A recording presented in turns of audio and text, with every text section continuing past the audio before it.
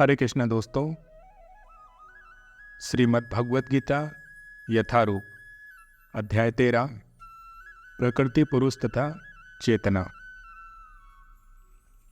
अध्याय 13 का ये चौथा भाग है, जहाँ पर हम श्लोक 28 से आगे बढ़ेंगे।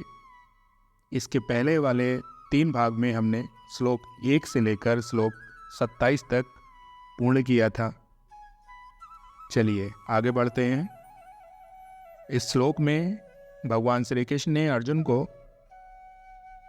चेतना के विषय में विस्तार से बताया है और भगवान श्री कृष्ण अर्जुन से कहते हैं, हे अर्जुन,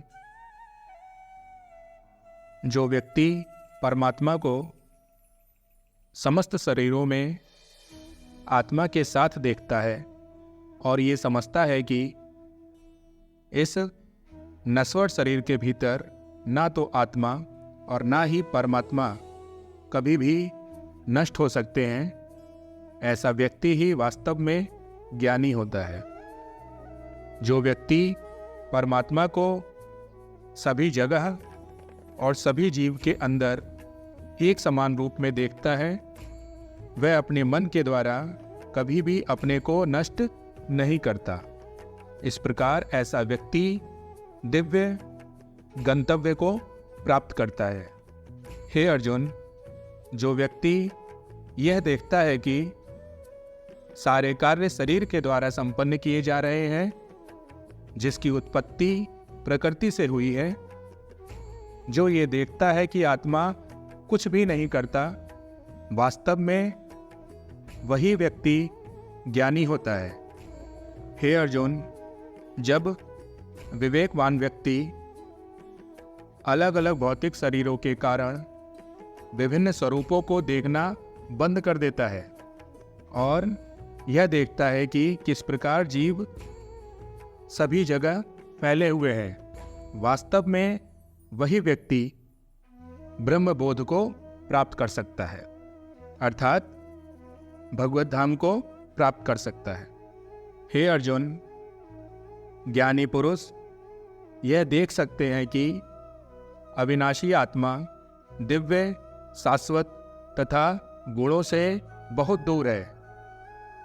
इसका भौतिक शरीर के साथ संपर्क होते हुए भी आत्मा ना तो कुछ करता है और ना ही किसी में लिप्त होता है। जैसा कि ये आकाश सभी जगह फैला हुआ है, किंतु अपनी सूक्ष्म प्रकृति के कारण किसी वस्तु से लिप्त नहीं होता, इसी प्रकार ये आत्मा भी शरीर में स्थित रहते हुए भी शरीर में कभी लिप्त नहीं होती है।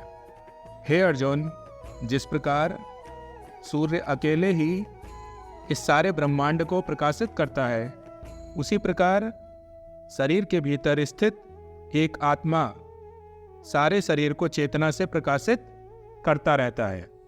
हे अर्जुन, जो लोग अपने ज्ञान से शरीर तथा शरीर के ज्ञाता के अंतर को देखते हैं और भवबंधन से मुक्ति की विधि को भी जानते हैं, ऐसे व्यक्ति को परम लक्ष्य प्राप्त होता है, अर्थात ऐसा व्यक्ति ही अंत समय में भगवत धाम को प्राप्त कर सकता है।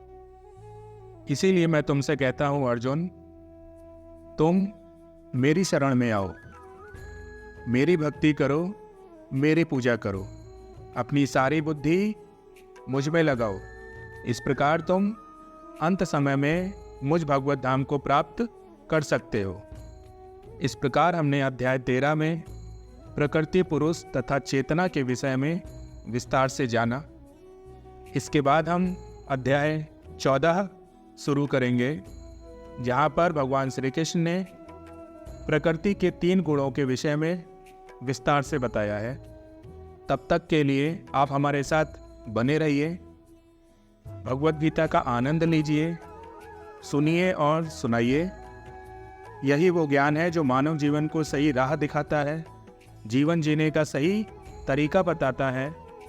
इस प्रकार हमने श्रीमद् भगवत गीता के 13वें अध्याय का भक्ति वेदांत तात्पर्य पूर्ण किया। हरे कृष्णा हरे कृष्णा।